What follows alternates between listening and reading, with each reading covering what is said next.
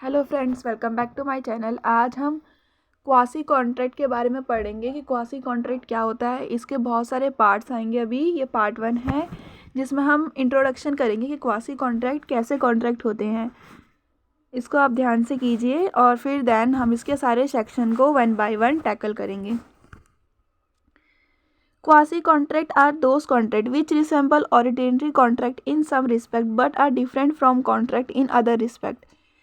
Quasi contract एक ऐसे contract होते हैं जो कुछ हद तक तो नॉर्मल कॉन्ट्रैक्ट के जैसे होता है, बट सेम नहीं होता। नॉर्मल कॉन्ट्रैक्ट के जैसा नहीं होता, कुछ हद तक होता है। This mean as far as consequences are concerned quasi contract are similar to contract. ये कैसे सिमिलर नहीं होते इसको पढ़ेंगे हम लोग। पहले एग्जांपल देती हूँ आपको क्वासी कॉन्ट्रैक्ट का, तब आपको अच्छे से और समझ आएगा। जैसे आपको सामान पड़ा हुआ मिल जाता है रास्ते पे, या तो कहीं भी आपको कोई वॉलेट पड़ा हुआ मिल गया जिसमें पैसे थे, या तो कोई डॉक्यूमेंट थे, इंपॉर्टेंट डॉक्यूमेंट थे, आधार कार्ड वगैरह था, कोई भी इंपॉर्टेंट डॉक्यूमेंट था ट्रू ऑनर का। तो आपकी ड्यूटी होती कि आप उसको वापस लौटाओ। ये आपकी ड्यूटी होती है कि आपको उस सामान को वापस लौटाना चाहिए। आपको उस सामान का यूज़ नहीं करना चाहिए और सामान को वापस लौटा देना चाहिए ट्रू ऑनर को। पुलिस वालों को इन्फॉर्म करना चाहिए, जिसका भी सामान है वो वापस पुलिस वाले दे देंगे। तो ये होता है क्वासी कॉन्ट्रैक्ट, कि आप कॉन्ट्रैक्ट में नहीं घुसना चाहते, तब भी आपको सामान जब पड़ा हुआ मिला तो देन आप कॉन्ट्रैक्ट के अंदर आ गए, तो आपकी ऑब्लिगेशन होती है कि आप सामान को वापस करो। तो ऐसे ही quasi contract, different type of quasi contract होते हैं जिसमें बायर और जो जिसमें मतलब दो पार्टीज होती, जैसे आप और जिसका भी सामान था, ट्रू ऑनर था और एक आप थे।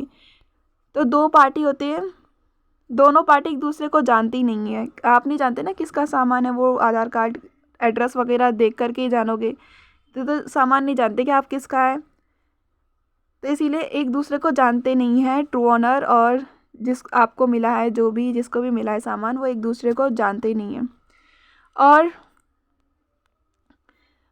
कभी मीटिंग नहीं हुई है उनके बीच में, जैसे आपको सामान मिल गया, कभी उससे पहले जानते नहीं थे, मीटिंग नहीं हुई कुछ भी, फिर भी आपको अब वो सामान अपने पास रखना पड़ेगा, फिर उसको वापस करना पड़ेगा। यूज़ नहीं करना पड़ेगा आपको उस सामान का गलत यूज़, या तो अपने के लिए यूज़ नहीं करना पड़ेगा। जैसे पैसे आ गए, आप जैसे 1000 रुपये थे तो आपने अपने के लिए यूज़ करके पार्टी कर ली उस पैसे की, तो ऐसे नहीं करना चाहिए। सामान वापस कर देना चाहिए, जिसका भी है वो सारा सामान आपको वापस कर देना चाहिए। तो यही हमारे क्वासी कॉन्ट्रैक्ट होते हैं। क्वासी कॉन्ट्रैक्ट कैसे डिफरेंट होते हैं नॉर्मल कॉन्ट्रैक्ट से? इसमें पार्टीज एक दूसरे को जानती नहीं है, कभी मीटिंग नहीं हुई उनके बीच में, कभी मिले नहीं, कभी कोई भी तरीके का नेगोशिएशन नहीं हुआ, इसीलिए ना एक्सेप्टेंस हुआ ना कुछ हुआ। तो यही क्वासी कॉन्ट्रैक्ट होता है। नॉर्मल कॉन्ट्रैक्ट में एक्सेप्टेंस होता है, ऑफ़र होता है, ऑफ़र को एक्सेप्ट करते हैं। इसमें ऑफ़र भी नहीं हुआ, एक्सेप्ट भी नहीं हुआ, ना एक दूसरे को जानते थे, इसीलिए क्वासी कॉन्ट्रैक्ट डिफरेंट होते हैं नॉर्मल कॉन्ट्रैक्ट से।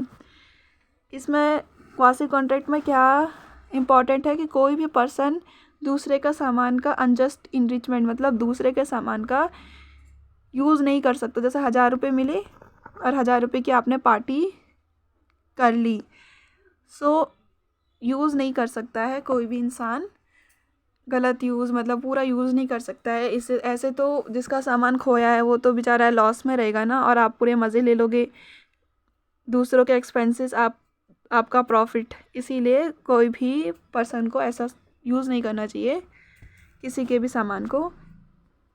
सेक्शन 68 टू 72 बताता है कि कितने तरीके के क्वासी कॉन्ट्रैक्ट होता है।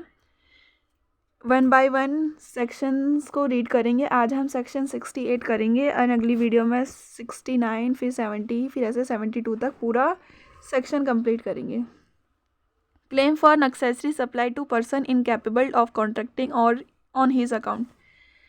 कोई भी क्लेम, मतलब अगर कोई पर्सन नेसेसरी प्रोवाइड करता है, किसको प्रोवाइड करता है? नेसेसरी क्या होता है? नेसेसरी मतलब फूड, क्लोथ्स, खाने की चीज़, कपड़े और जो भी इम्पोर्टेंट लाइफ जीने के लिए जो भी इम्पोर्टेंट चीज़ होती है, जैसे एजुकेशन, किसी के लिए एजुकेशन नेसेसरी होती है, ज़रूरत की चीज़, मेडिकल सर्विस। अगर कोई भी पर्सन किसी भी पर्सन को नेसेसरी प्रोवाइड करता है, उसकी हेल्प करता है, और किसको प्रोवाइड करता है? इनकैपेबल ऑफ कॉन्ट्रैक्टिंग, सिर्फ उनको जो कॉन्ट्रैक्ट करने के लिए इनकैपेबल है। इनकैपेबल कौन कौन से होते हैं? जो कॉन्ट्रैक्ट कर ही नहीं सकते, जैसे माइनर नहीं कर सकते, और अनसाउंड माइंड नहीं कर सकते, ड्रंकर्ड नहीं कर सकते हैं, लुआंटिक पर्सन नहीं कर सकते हैं। उन लोगों को अगर कोई भी पर्सन हेल्प करता है, उनको नेसेसरी प्रोवाइड करता है, फूड, शेल्टर, सब चीज़ प्रोवाइड करता है, देन वो पर्सन जिसने सप्लाई किया है उसको क्लेम मिलेगा। जितना भी नेसेसरी उसने प्रोवाइड करा है उसके लिए क्लेम ज़रूर मिलेगा। ऐसा नहीं कि वो लॉस में रहेगा, उसने प्रोवाइड भी करा, उसको खाने के लिए दिया, उसके एक्सपेंसेस भरे, और ऐसा नहीं कि वो लॉस में रहेगा, वो उसको कुछ चीज़ मिलेगी भी, उसको क्लेम मिलेगा इसके लिए। किस किस को वो प्रोवाइड करता है? इनकैपेबल पर्सन और ऐसे पर्सन जो उस पर डिपेंडेंट है, जैसे माइनर पे उसकी सिस्टर डिपेंड है, लुआंटिक पर्सन पे उसकी वाइफ, चिल्ड्रंस डिपेंड है, तो उनको ऑन हिज अकाउंट यही है। अगर if someone supply necessary of life, अगर कोई नेसेसरी ऑफ लाइफ प्रोवाइड करता है, जैसे goods, foods, clothes, medical service, किसको प्रोवाइड करता है? इनकॉम्पिटेंट पर्सन, इनकॉम्पिटेंट ऐसे पर्सन जो कॉन्ट्रैक्ट नहीं कर सकते, जैसे माइनर, अनसाउंड माइंड, ये पढ़ा था ना हमने पहले, उनको, जैसे माइनर, लुआंटिक, इनको अगर कोई भी person necessary of life provide करते हैं,